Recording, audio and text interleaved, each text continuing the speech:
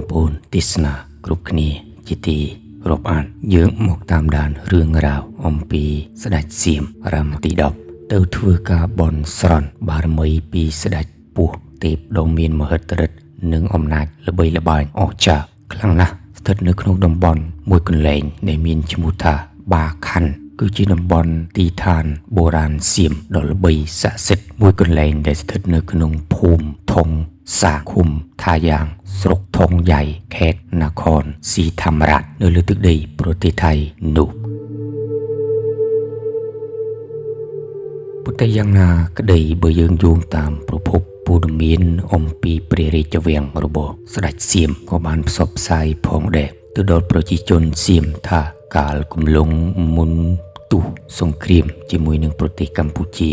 នោះដោយស្ដេចសៀមអង្គនេះបានយាងព្រះរាជដំណើរចេញពីព្រះរាជវាំងចតុមុខមង្គលរាជធានីបាងកកហើយព្រះរាជដំណើរក៏ឆ្ពោះទៅកាន់ខេត្តនគរศรีធម្មរាជដើម្បីទៅធ្វើពិធីគោរពបូជានិងថ្វាយព្រះជំនឿទៅដល់ស្ដេចពស់ដែលគង់នៅក្នុងតំបន់បាងខណ្ឌនោះដោយបន្ទាប់មកស្ដេចសៀមអង្គនោះព្រះអង្គក៏ឲ្យលោកគ្រូហោរាវាំងសៀមរៀបចំគ្រឿងបូជាថ្វាយស្ដេចពស់នោះគោរពទៅតាមជំនឿទំនៀមទម្លាប់ប្រពៃណីសៀមដែលធ្លាប់ធ្វើតាំងពីសម័យបុរាណដ៏យូរលង់មកហើយបន្ទាប់មកស្ដេចសៀមក៏និយាយភាសាសៀមបុរាណព្រមជាមួយនឹងភាសាខ្មែរបុរាណផងដែរដោយនៅក្នុងដំណើរពាក្យស្ដេចសៀមបួងសួងនោះគឺសូមអោយព្រះបារមីនៃអំណាចស្ដេចពស់នោះថែរក្សានគរសៀមឲ្យរស់នៅសុខសាន្តព្រមទៀងប្រជារាស្ត្រសៀមកូនចៅសៀមគ្រប់ទីឋាន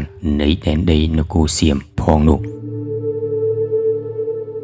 ប៉ុន្តែអ្វីដែលគួរឲ្យភ្ញាក់ផ្អើលនិងភ័យខ្លាចនោះគឺនៅពេលស្ដេចសៀមអង្គនោះធ្វើពិធីគោរពបូជានិងបួងសួងរួចហើយវាក៏ស្រាប់តែមានរឿងរ៉ាវបាតុភូតធម្មជាតិមួយកើតឡើងនៅលើដែនដីខេត្តនគរศรีធម្មរាជនោះតែម្ដងដោយមានសេចក្តីភ័យខ្លាចគ្រប់គ្នាតែម្ដងសម្រាប់ប្រជាជនសៀមរស់នៅក្នុងតំបន់ខេត្តនគរศรีធម្មរាជនោះ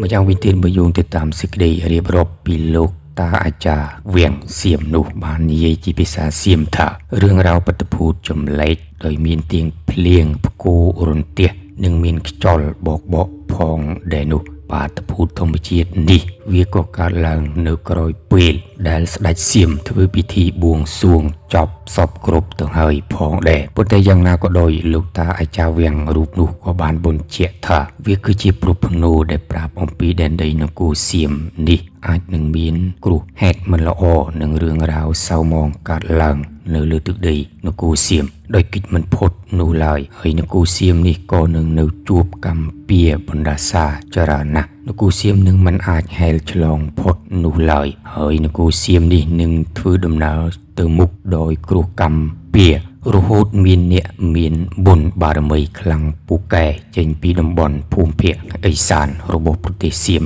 នេះទើបនគរសៀមនេះឆ្លងផុតគ្រោះកម្មទាំងឡាយទាំងពួងទាំងអស់នោះដែលវាកំពុងតែកើតមាននៅលើនគរសៀមសពថ្ងៃនេះដល់ពេលវេលាអ្នកមានបុណ្យនៃដែនដីនគរសៀមធ្វើដំណើរចេញមកហើយនោះរីឯនគរសៀមនេះក៏លែងមានស្ដេចសោយរាជនគរជារៀងរហូតតទៅគឺនគរសៀមនេះពុំមានស្ដេចតទៅទៀតនោះទេ